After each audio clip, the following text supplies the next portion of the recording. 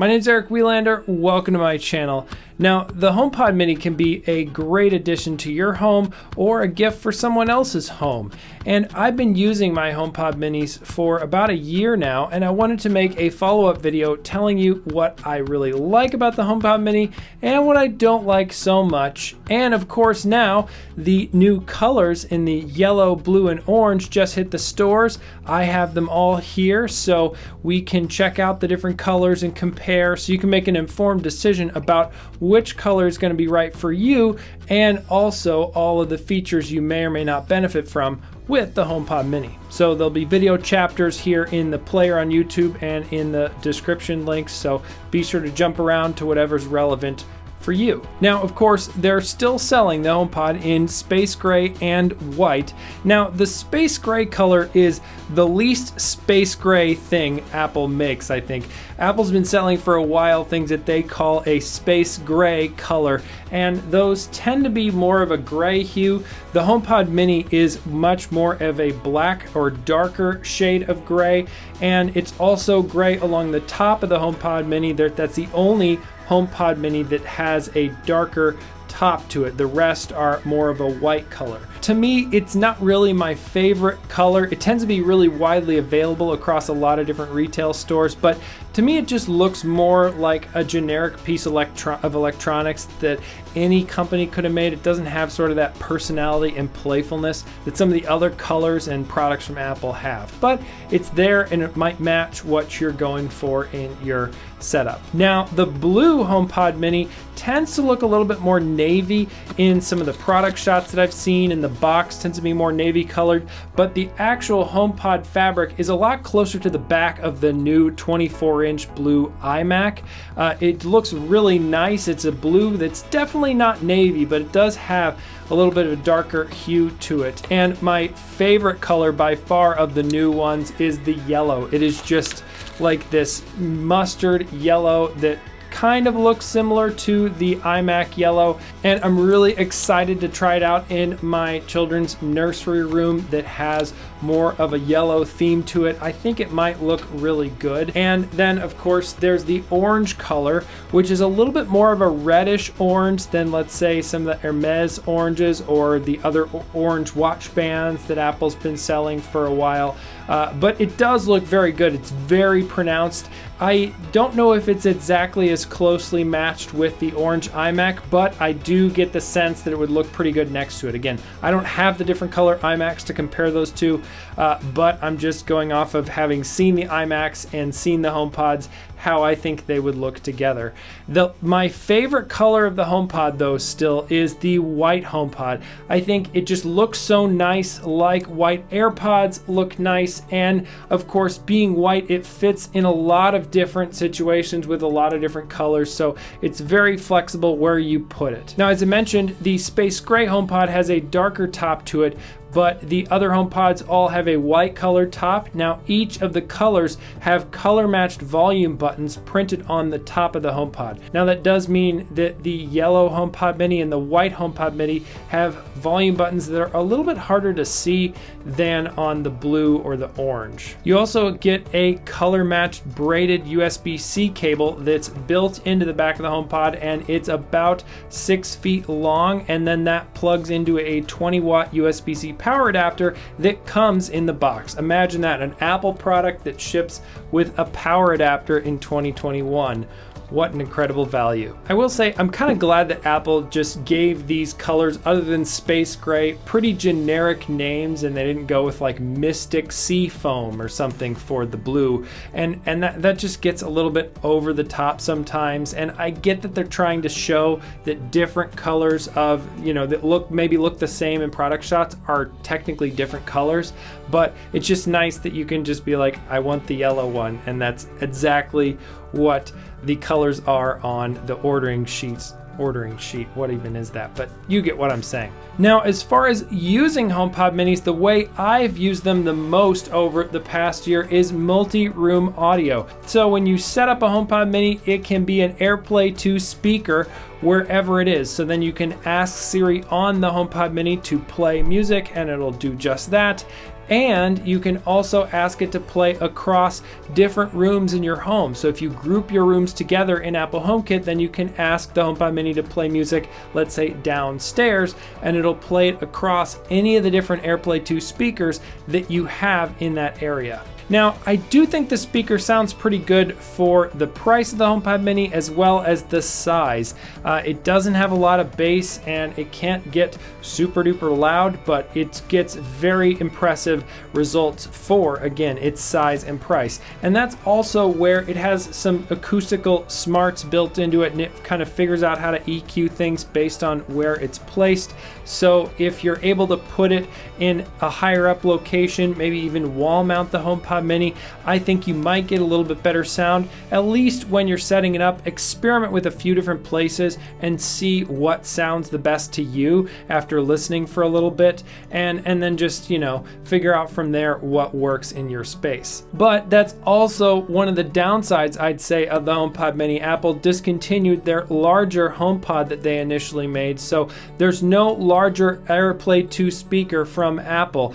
But you know, if you get a HomePod Mini, it's no match for something like a Sonos 5 that's an AirPlay 2 compatible speaker from Sonos, or anything maybe you'd hook up to an Apple TV.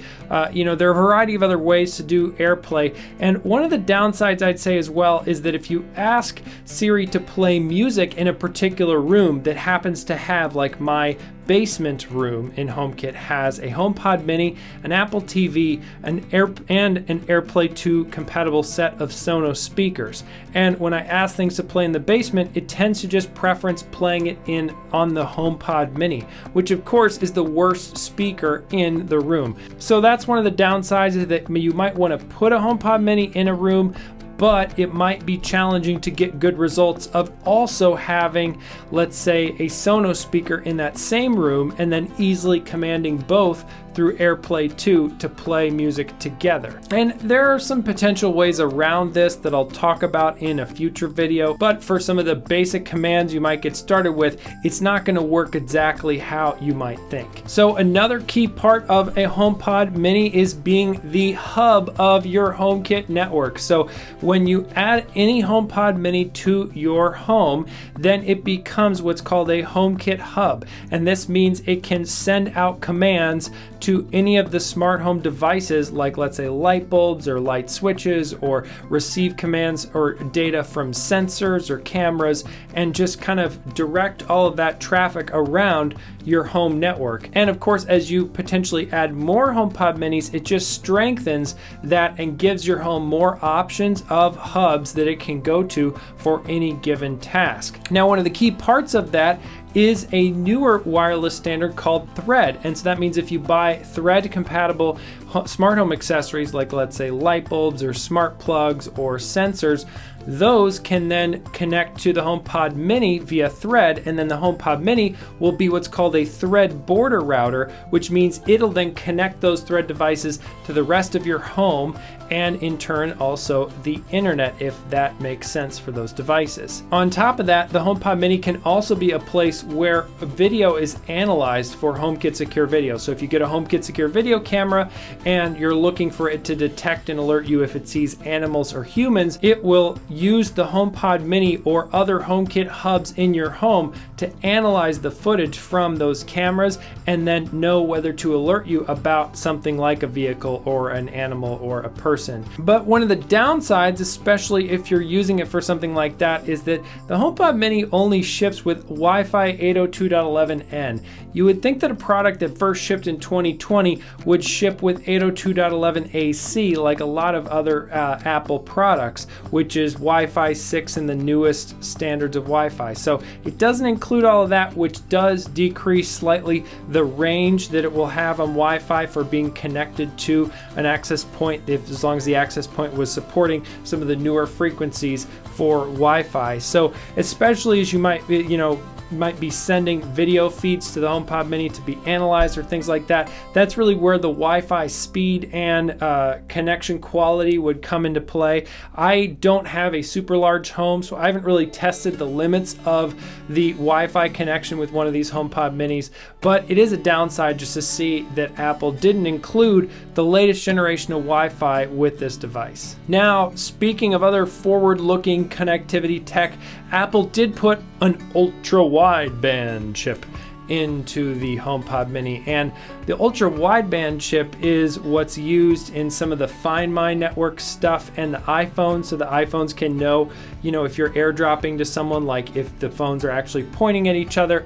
It's what Apple's using for their new home key and car key technology, where you can have your phone near, or even Apple Watch in certain cases, near the car or the door lock, and that will unlock for you. So a lot of cool tech there. And what Apple's done with the HomePod Mini is you hold up your iPhone pointing toward the HomePod Mini, and it will detect that, and it'll be able to take whatever audio is on your phone and play it directly on your HomePod Mini. Now, personally for me, I haven't found this to work super well over time.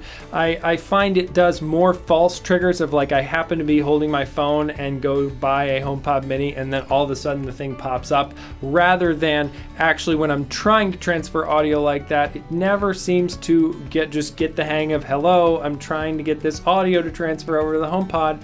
So it's a cool idea, but I don't know if it's really something, at least I would be excited about taking advantage of with a HomePod Mini. Now, over the course of the year, every year it seems like, as it's good that they do this, Apple updates their software for iPhones and iPads, and so you'll get periodic new releases, and those often come with updates to the HomePod Mini. Now, I found over the months of iOS 14 that installing updates on the HomePod Mini would frequently fail on random different HomePods around the home, and then I'd have to unplug the HomePod Mini and then plug it back in to kind of get it restarted, and then it might update. So at various software updates, I'd have different HomePods that were further behind other HomePods, and that's not great for wanting to take advantage of some of the latest features, and it's just kind of annoying to have to unplug and replug in HomePods or keep an eye on whether they've updated their software or not. Hopefully Apple will get this kind of problem resolved over time. Again, we're not that far into iOS 15, so I haven't been able to really see if that's actually fixed, but again, kind of annoying, and something that I think will go away over time as hopefully Apple smooths out that process. Now, of course, one of the great things that you can use a HomePod Mini for is commanding your smart home with Siri. So when you add a HomePod Mini to a specific room in your home, one of the other cool things is it knows, quote unquote, knows that it's in that room. So if you just go up to the HomePod and ask it to turn on the lights, it will turn on the lights in that specific room that you set up in the Home app. And of course you could ask it to turn on lights in other rooms, or do all kinds of different things with your smart home. But I think that's a really cool part about having HomePod Minis or other HomePods, is that they are aware of the room they're in as you're talking to them, which allows you to do some kinds of shorthand like that. Now, speaking of that, the room that I'm in here is my home office. Now, when I initially bought HomePod Minis, I set them up as a stereo pair on my desk to listen to music as I worked, and that was really great. I mean, a stereo pair of HomePod Minis sounds really good. It does sound better than just a single HomePod Mini. And since then, with macOS 11.3, Apple's enabled Macs to AirPlay audio over to a stereo pair of HomePod Minis. So as I was mentioning, some of these different new colors could pair really well with some of the new 24-inch iMacs and other colors that Apple's adding across their line. So having this AirPlay option that you can use on a desk as also speakers to listen to music while you work is a really great way to set these up. Now, I wouldn't count on using AirPlay audio from your Mac for something like video conferencing or video editing or gaming, but again, for just playing music or other casual things, as you're doing other work on your computer, it can be a really nice setup. Now let us know in the comments, what's your favorite color of the HomePod Mini? Are there any of the newer colors that you're excited about getting your hands on too? And also, are there any other killer features that you just love about your HomePod Mini that maybe I didn't get to in this video or didn't answer? Now, if you're renting a place or just looking for some smart home tech that's really easy to install, maybe even as a gift for someone else, I recently made a video that's up here on the screen that's all about that. Thanks again so much for watching, and I'll see you in the next one.